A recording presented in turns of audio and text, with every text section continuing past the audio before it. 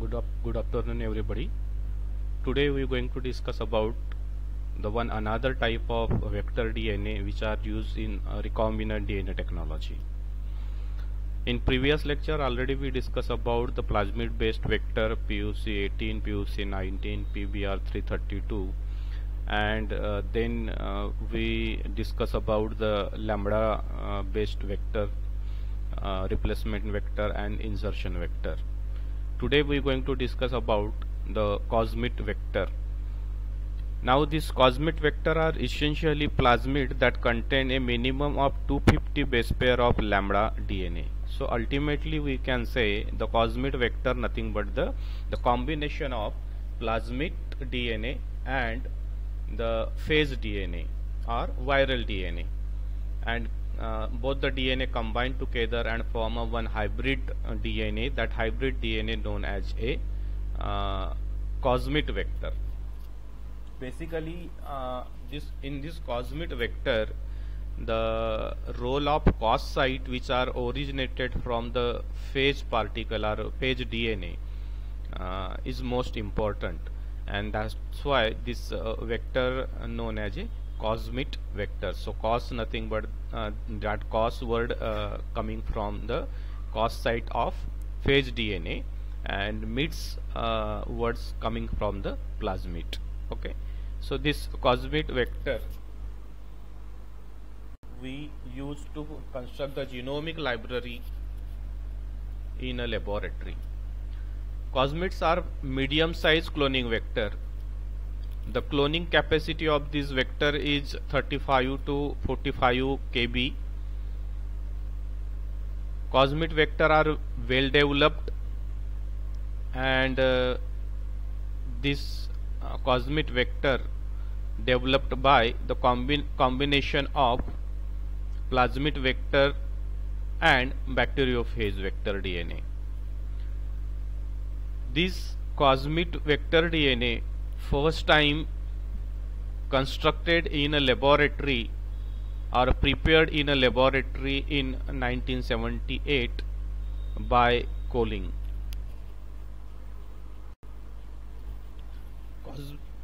Cosmid vector is a plasmid that contain phase sequence that allow the vector to be packed and transmitted to the bacteria like a phase vector.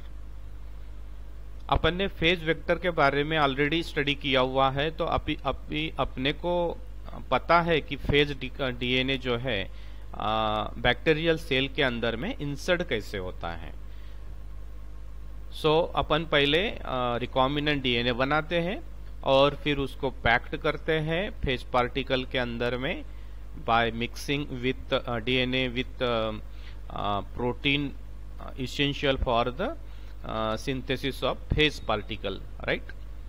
और ये सब कुछ recombinant phase particle बनने के बाद we allow them to infect to the target bacterial cell. Okay, and by the attachment, penetration steps involved in the transfer of recombinant DNA into the bacterial cell. A cosmid is a type of hybrid plasmid that contain a lambda phase cos sequence and remaining plasmid DNA sequence. You can see here the structure of cosmid vector. This cosmid vector DNA containing the polylinker region in which multiple cloning sites is there, and we can cut this vector DNA with the help of suitable restriction endonuclease enzyme, and then we can insert our target DNA segment. Apart from this polylinker DNA, you can see here the cos site. Now this cos sequence actually originated from the lambda DNA. Okay, so this what is the function of this cos site? This cos site play an important role whenever the vector DNA we prepared So it is circularized due to the presence of cos sequence. Okay. Then there is a origin of replication sequence, which is most essential genes are which essential sequence for the DNA replication inside the bacterial cell. So due to the presence of this col E1 ori sequence, this vector DNA can replicated inside the E. coli cell, and this one is the selectable marker. So here in cosmid, the ampicillin resistant gene act as a selectable marker.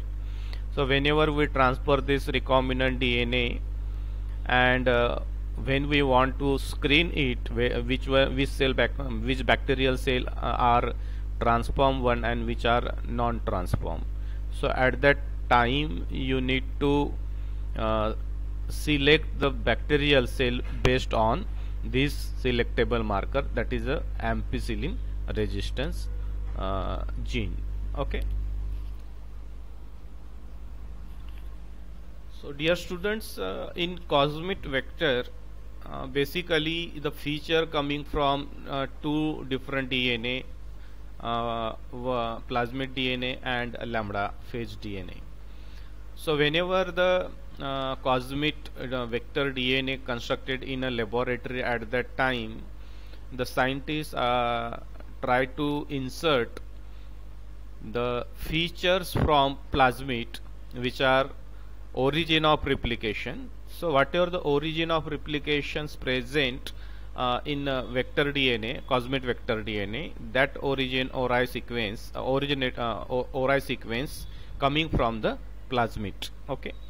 Then the multiple cloning sites, that is a polylinker DNA sequence. So that polylinker sequence also coming from the plasmid DNA, and the selectable marker ampicillin resistant gene also coming from the plasmid. So these three important regions actually we selected from the plasmid DNA, and the only cohesive site, means the cos site region, we cut from the lambda DNA and utilize or combine with these sequences, and collectively we produce the hybrid DNA, and that hybrid DNA nothing but the cosmid DNA.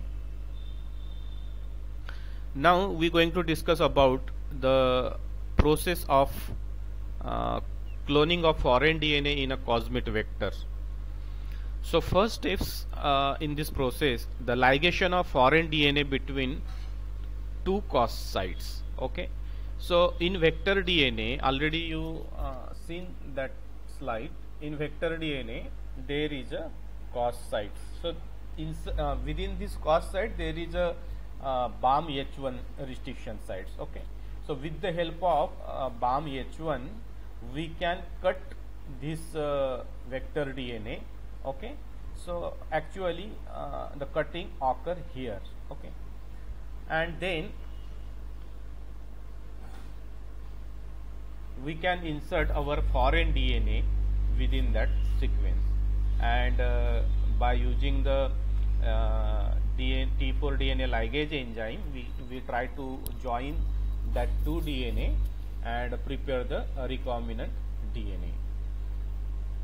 Sometimes these cos sites may be multiple, and we can prepare the concatenameric DNA, means one vector DNA join to other vector DNA which already having a same type of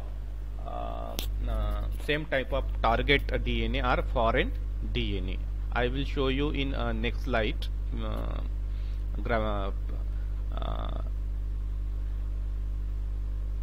Now after this preparation of recombinant DNA, you want to pack that DNA into the phage particle, right? So already we discussed this process during lambda DNA, right? So you know very well how will you packed the recombinant DNA in phase particle, okay, by mixing of the recombinant DNA and the protein which are required to synthesize the phase particle. So whenever we mix these two molecule, so the proteins start to assemble itself around the recombinant DNA, and there is a recombinant phase particle will be synthesized. After the synthesis of recombinant phase particle, you have to allow them to infect to the E. coli cell. For what purpose? To transfer our recombinant DNA or into the bacterial cell. So the process known as a transduction. Okay. So the phase particle infect to the E. coli cell and transfer the recombinant DNA into the bacterial cell. After that, the recombinant DNA whenever enter inside the host bacterial cell, so the cosmid are maintained as a plasmid. Okay, so initially when we prepared the recombinant DNA, at that time the vector DNA are linear in shape, and after the insertion of the foreign DNA and prepared the recombinant DNA, so our recombinant DNA are linear in form. But whenever this linear DNA packed into the head of phase particle and then transfer that DNA by the phase particle into the bacterial cell, so after coming that recombinant DNA, linear recombinant DNA into the bacterial cell, this bacterial cell can circularize. Why? Because due to the presence of cos site at the two ends. Okay, so the cos sequence is there, so the enzymes cut on that portion and produce the cohesive end at both terminal of recombinant DNA, and due to the presence of cohesive end, that cohesive end of this recombinant DNA rejoin together and form a circular DNA. Okay, after the formation of circular recombinant DNA within that bacterial cell, so that recombinant DNA behave like a plasmid DNA, and then replication occur and produce the multiple copies of our target DNA. You can see here this one is the cosmid DNA or cosmid vector. First of all, we cleave this cosmid and produce this type of linear vector DNA. Okay, and another side we have to isolate the target DNA. So these are the target DNA. So this target DNA also cutted by the same restriction endonuclease enzyme which is used to cut the cosmid vector. Okay, and due to that the terminal end having the cohesive having a particular sequence, that sequence are complementary with that of the sequence present at this target DNA. Okay, and due to that, whenever we mix these two, that means target DNA and cleaved cosmid, they can combine due to the presence of cohesive end at terminal position, and in this way our recombinant DNA can form. So you can see here, this one is the single recombinant DNA, but this end of recombinant DNA may join to the another recombinant DNA, right? So here in recombinant DNA there is a two cos site. Okay, so in this way we prepared the recombinant DNA and then packed into the phase particle, and transfer of DNA in E. coli through transduction and selection of transport cell by utilizing the selectable marker, that is the ampicillin resistant gene. So we prepared the medium containing ampicillin, and on that medium we try to transfer all the bacterial cell, out of which only the transformed bacterial cell can grow in presence of the ampicillin, and remaining are unable to grow. So in this way we can select this transformed bacterial cell, and we allow all the bacterial cells to multiply within that medium, and simultaneously our recombinant DNA also replicate and produce the multiple copies of our target DNA. In this way we perform the cloning process of cloning of any DNA by utilizing the cosmid vector DNA. Okay. Now dear students, we are going to discuss about the one more type of vector DNA, and that is a phasmid. Okay. So this phasmid vector DNA nothing but the combination of plasmid and phase vector. Okay. So this sometime this phasmid also known as a phasmids.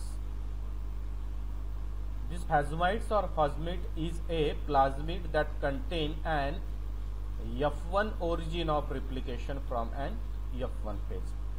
So in previous one, means in cosmid we seen there is a replication of origin, but that replication of origin originated from plasmid DNA. But in phasmid DNA, the origin of replications not coming from plasmid, origin of replication coming from phase DNA. Okay. It can be used as type of cloning vector in combination with the filamentous phase M13. A phasmid can replicated as a plasmid and also be packed as a single stranded DNA in viral particle. So you can see here the structure of phasmid.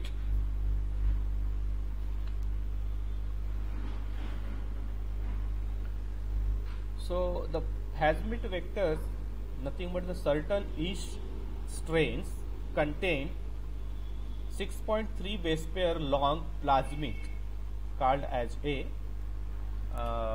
2 circle.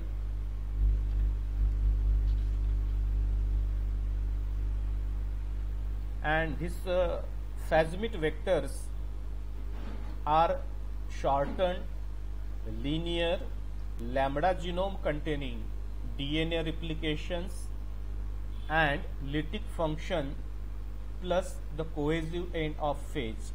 So larger portion of this vector coming from the phase DNA, and that's why the initial word is phasmid. Okay. In previous one, larger portion coming from the plasmid, and that's why that vector known as a cosmid. Here the phasmid means most of the portion coming from the phasmid.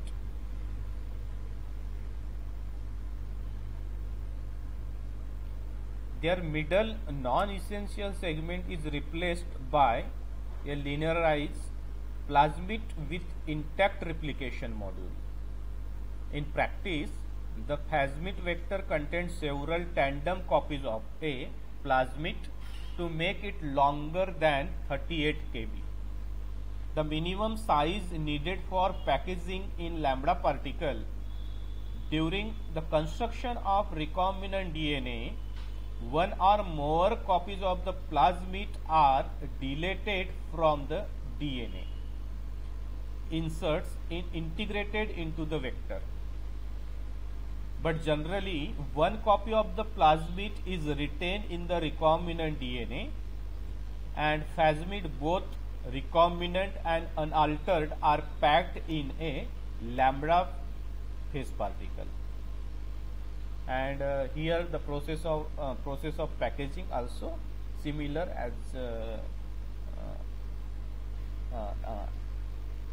as we discussed in previous one.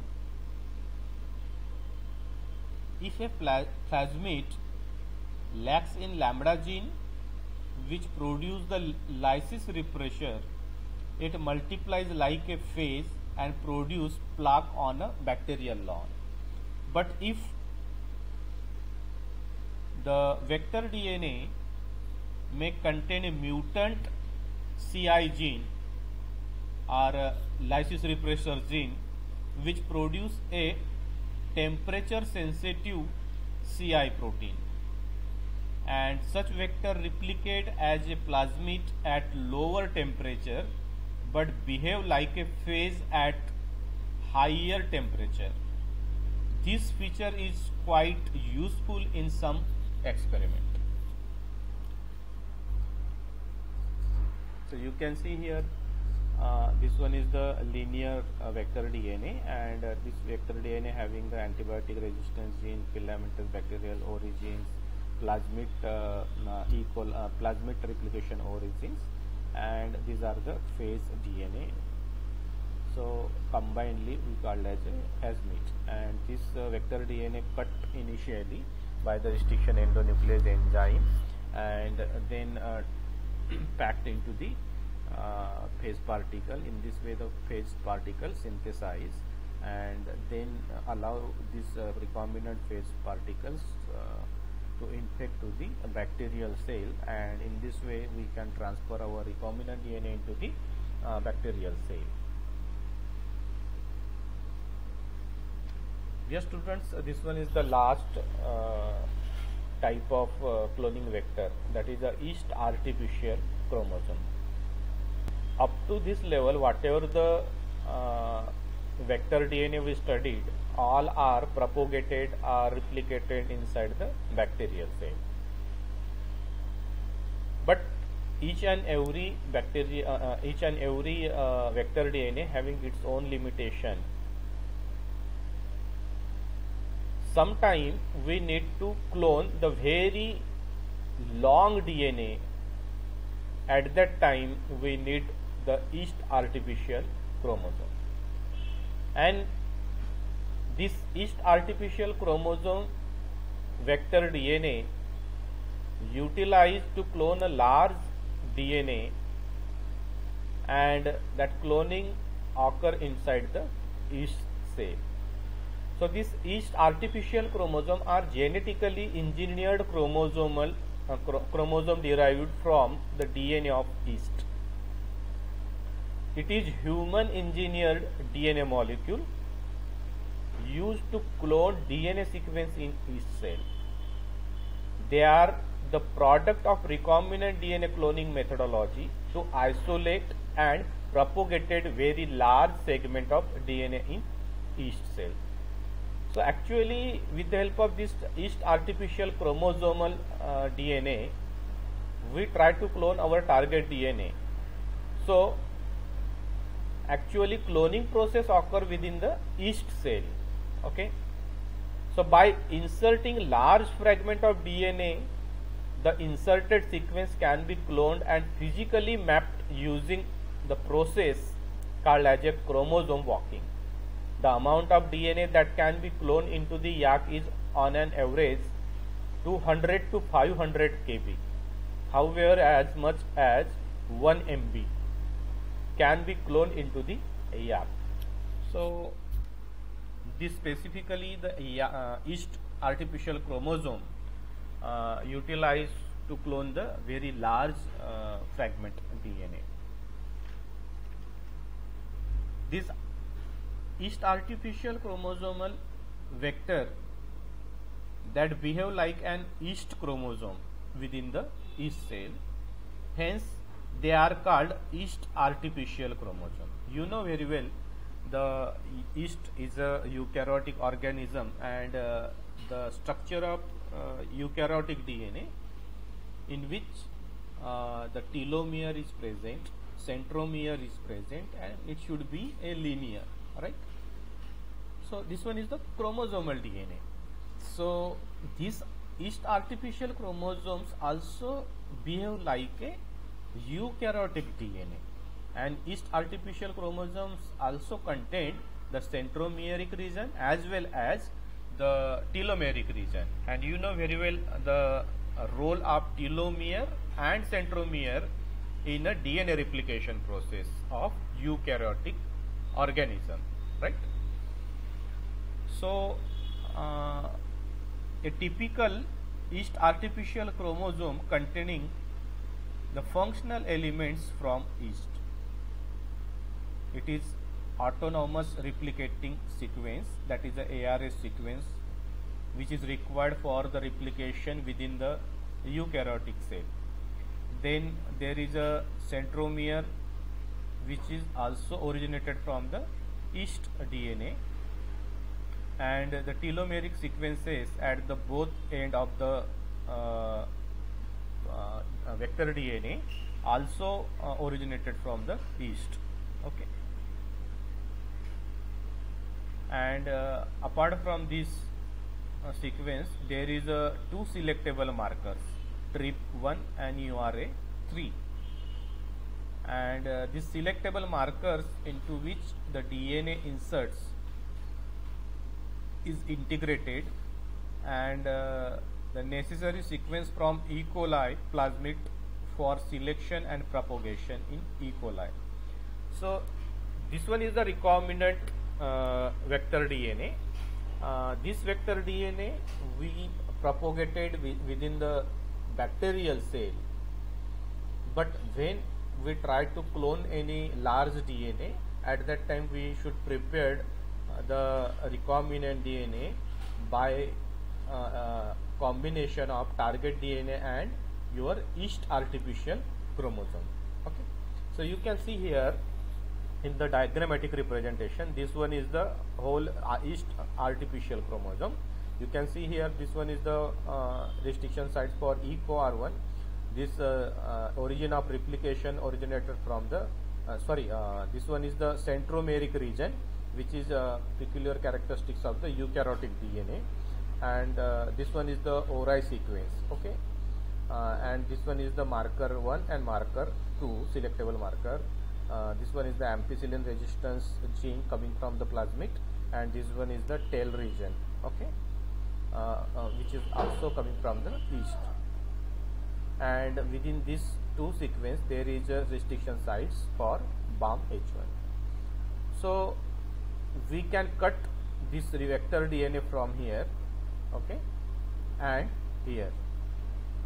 So what happened? There is a two arm of yeast artificial chromosome will generated. You can see here, this one is the first arm and this one is the second arm. Okay. Now when we cut this vector DNA, there is a two arm, and both the arm here telomeric region, okay, and here also telomeric region. So now you try to understand the structure of eukaryotic DNA. There also the terminal end of that chromosomal DNA, nothing but the telomere. Okay, here also telomere. So this linear DNA now looked like a eukaryotic DNA. Okay. Now where is your target or foreign DNA? You should insert it. Okay. So within this sequence, within this gap, you can insert your target DNA or foreign DNA in which you are interested to produce the multiple copies of that DNA. Okay. So after the insertion of your foreign DNA, this whole linear DNA now looked like a eukaryotic linear DNA. Okay, and this one is the recombinant DNA. After the preparation of this recombinant DNA, then we try to insert into the bacterial cell. Okay, the same process you can use to transfer this recombinant DNA into the bacterial cell, which already we discussed during the plasmid. Okay. After that, inside the yeast cell, this recombinant DNA start to replicate like a eukaryotic DNA replication. Why? Because already in the vector DNA there is a origin of replication specifically for the eukaryotic cell. Okay, and you can select the transformed and non-transformed each cell by utilizing this marker DNA. So students, we completed all the different types of vector DNA which are utilized in recombinant DNA technology to clone our target DNA. Okay, so in the next lecture we will start how we can join the DNA fragments, vector DNA and our target DNA to prepare the recombinant DNA. What are the different types of techniques is there, we will see in the next lecture. So thank you.